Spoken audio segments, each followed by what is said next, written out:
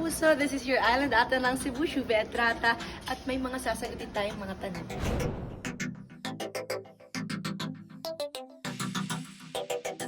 I realized that no matter how much I try to change myself for other people to like me, hindi ko talaga siya kayang gawin because I always rely and then I always go back to my core. So, na-realize ko talaga mahalaga magpakatotoo sa bahay niya. Yung pagmamahal na palagi pong binibigay sa akin, lalo na po ni Atik lang, ever since hindi niya po ako tinalikuran, palagi niya po ako talagang pinagtatanggol, pinipili, kaya yung pagmamahal po na yun, daladala ko po yun kahit na lumabas na po ako ng bahay niya. Ay, sino kaya? Ang dami kong options po si Donnie. And of course, all the house guests, they've created so much impact po talaga sa lahat ng housemates. And maraming nagbigay ng very impactful talaga na visit. Kasi isa na dyan si Ate Heart. Sobra po kaming nagandahan sa kanya at sobrang na-inspire po talaga sa kanya. Sobrang wala, it's such a breath of fresh air po yung pagpasok niya. But of course, Donnie talaga. Kasi po ang dami pong nabigay ni Donnie. Hindi lang dahil crush ko po siya. Given up po yun.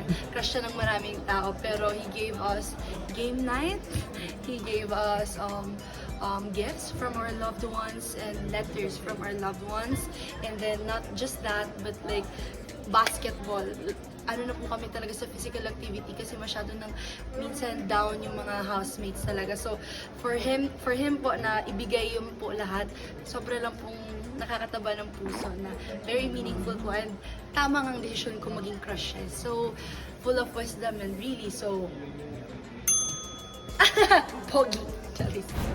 Ang gusto ko talagang maging, I will never be ashamed to say, or like, I will never get tired of saying this, lahat po talaga deserving. Dahil for the 100 days that they've been in the house, for more than 100 days that they've been in the house, hindi po madali ang pinagdadaanan po namin sa loob ng bahay. Minsan po iba yung nakikita nyo sa outside world.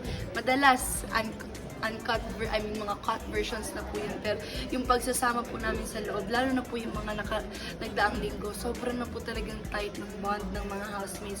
Kaya sobrang hirap po na iwanan po sila doon.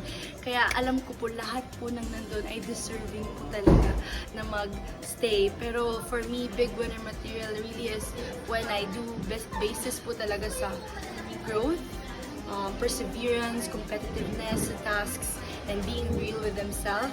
I would say it's Rawi and Lisnir. I'm Charas po talaga yung mga big winner material ko. Not for me to decide, but kayo na pong taong bayan ang magde-decide dyan. Pero for me, yung dalawa po, yung medyo may power po talaga maging big winner. Pwede ba pumasok ulit? Siguro, I feel like it's nice to see like strong personalities there. Because I feel like yun yung kulang sa loob ng bahay. Siguro Faith De Silva or Hermine Budol. Like, they could be a nice kapuso stars na papasok sa bahay.